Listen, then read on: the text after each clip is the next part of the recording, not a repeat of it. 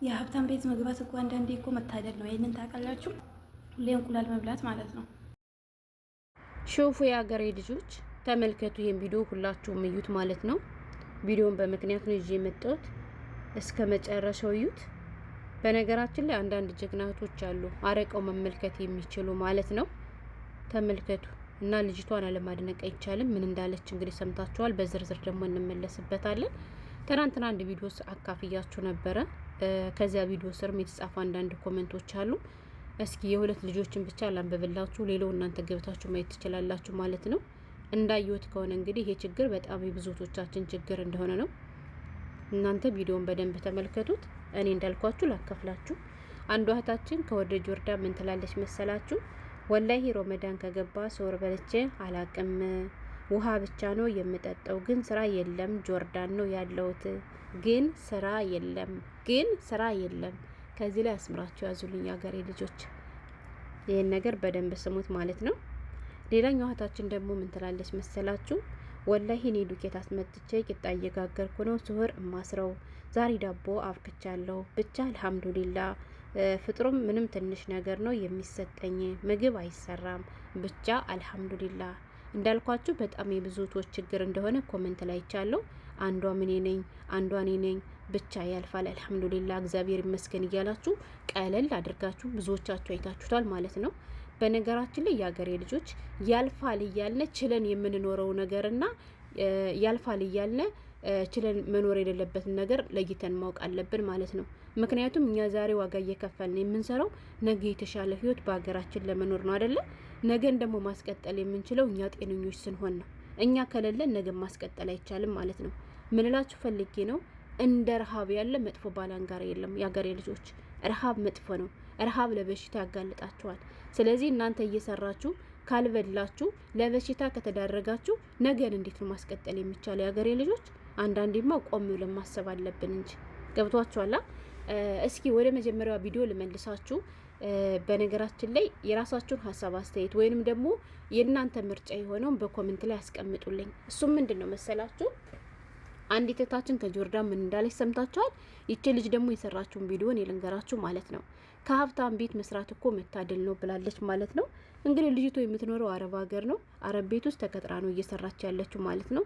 እንዳያቸዋት እንግዲህ ሶፋ ላይ ዘጭ ብላ እንቁላል በብላሊጥ እየበላች ነው ይሄን ቪዲዮ የሰራችሁ ማለት ነው። ገብቷችኋል? እና ልጅቷ ምን አለች መሰላችሁ?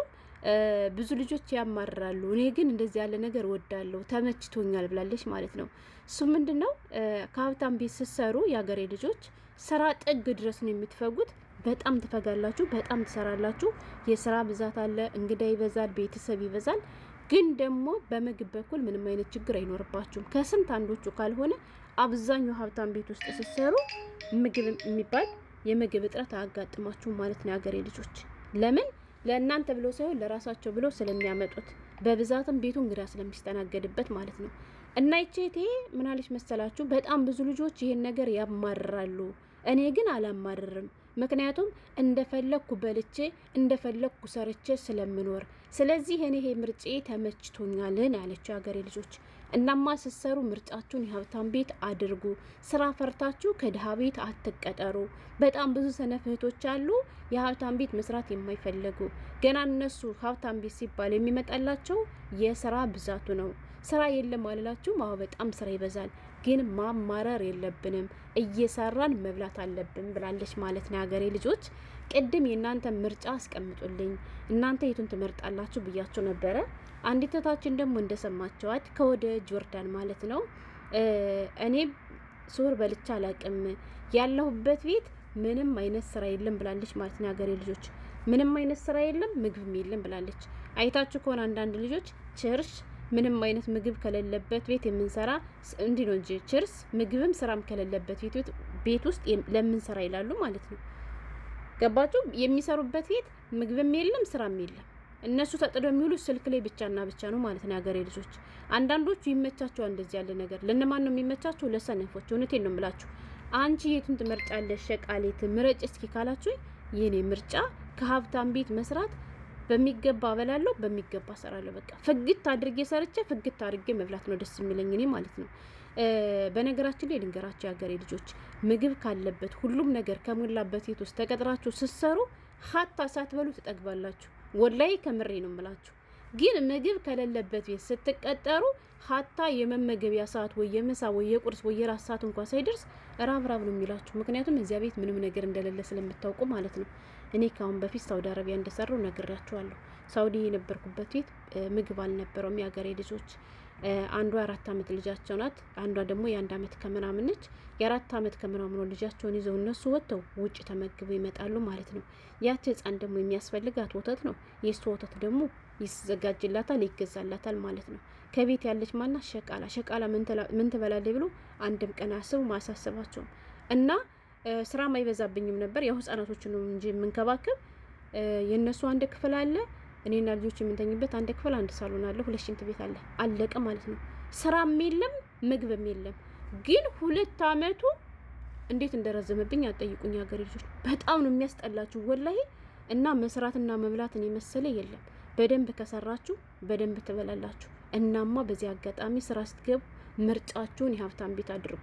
እኔ ምግብ እስከምጠግብ የምበላ የነበረው ከእናቷ ቤት ሰር ነበረ። ኢትዮጵያዊ ሰራተኛ ነበረች። እንደዋወላለን። ትመጫለሽ ካለችኝ አዎ እመጣለሁ ካልኳት ወላይ ምሳ ሰዓት ብላ ቁጭ ብላ ትጠብቀኝ ነበር ማለት ነው። እና የዚህች እህታችን አባባል እኔ ተመችቶኛል። በሷ ምርጫ እኔ እስማማለሁ። እናንተስ በየትኛው ትስማማላችሁ? ወይስ የትኛው ይመቻችኋል? ማለቴ ስራ ምግብም ከሌለበት ቤት ብትሰሩ ነው የሚሻላችሁ? ወይንስ ስራ ብዛት ካለበት ቤት ገብታችሁ እንደፈለጋችሁ በልታችሁ መኖር ነው የሚሻላችሁ? እስኪ ኮሜንት ላይ አስቀምጡልኝ። እና ሀገሬ ልጆች ትናንትና በሰራሁት ቪዲዮ እንዳልኳችሁ የታዘብኩት ትልቁ ነገር በጣም ብዙቶቻችን እየራባቸው ግን ያልፋል እያሉ ችለው እንደሚኖር ነው። እንዳልኳችሁ የሚቻልና የማይቻል ነገር ለይተን ማወቅ አለብን የሀገሬ ልጆች። ረሃብ እንደኔ ማለት ነው ይቻላል ብዬ የማልለው ትልቅ ባላንጋራ ነው። መቻልም አይቻልም የሀገሬ ልጆች። ለምን ብትሉ አንደኛ አቅም ታጣላችሁ፣ ጤና ታጣላችሁ። ስለዚህ ሌላ አማራጭ ከሌላችሁ በገንዘባችሁ እየገዛችሁ ብሉ። እሺ እንዲሁም ደግሞ ራሳችሁ ምግብ የምታበስሉ ከሆነ እናንተ ቀንሳችሁ አስቀሩ። እሷ ከመጣች በኋላ ሁሉንም ግልብጥ አርጋ እንደምትወስደው ካወቃችሁ ገና እሷ ሳትመጣ በፊት ድብቅ አርጋችሁ አስቀምጡ። ፎረን ውስጥ አስቀምጡት፣ ምክር ውስጥ አስቀምጡት፣ ወይም ደግሞ ክፍላችሁ ውስጥ አምጥታችሁ ድብቅ አርጋችሁ አስቀምጡ እንጂ እናንተ ግራ ቆማችሁ ውላችሁ በእናንተ በሰራችሁት ምግብ እሷ እንደፈለገች መታ ግልብጥ አድርጋ ወስዳ ባዶ ትሪ ወይንም ባዶ ድስት ታስቀርላችሁ እያላችሁ እያለቃቀሳችሁ ቪዲዮ መስራት ማፊ ፋይዳ አይጠቅማችሁም። ለምን ብትሉ የምትጎዱት እናንተ ናችሁ የሀገሬ ልጆች። እና ትናንት ያየሁት ኮመንት ወላሂ በጣም ነው የምታሳዝኑት። በጣም ብዙ እህቶች ማለት ነው። ሰው ካልበላ እኮ አይኖርም። ነገም ማስቀጠል የምንችለው እንዳልኳችሁ ስንበላ ነው። ስለዚህ ባካችሁን እየራባችሁ ዝም አትበሉ። ብዙዎቻችሁ ደግሞ ትፈራላችሁ። አትፍሩ። ዳቦ ከሌለ ዳቦ አንጭልኝ በሏት፣ ዱቄት ከሌለ ዱቄት አምጭልኝ በሏት።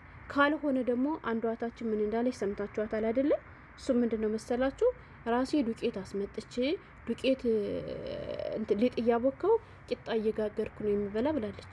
ከመሞት መሰንበታው ይሄም ይሻላታል። በቃ አይታችሁት። እነሱ ምንም አቅም እንደሌላቸው ምንም ነገር መግዛት እንደማይችሉ ካወቃችሁ ሀላስ በራሳችሁ አንድ ቀን ሱፐር ማርኬት ወጣችሁ ብስኩቷንም እንዶሚያንም ዱቄቷንም ገዛዝታችሁ መታችሁ ለራሳችሁ እየቆጠባችሁ ተጠቀሙ እንጂ ያልፋል ነገም ሌላ ቀን ነው እያላችሁ ግን አትሞኙ። እንዴ በረሃብ ቀልዳለ እንዴ?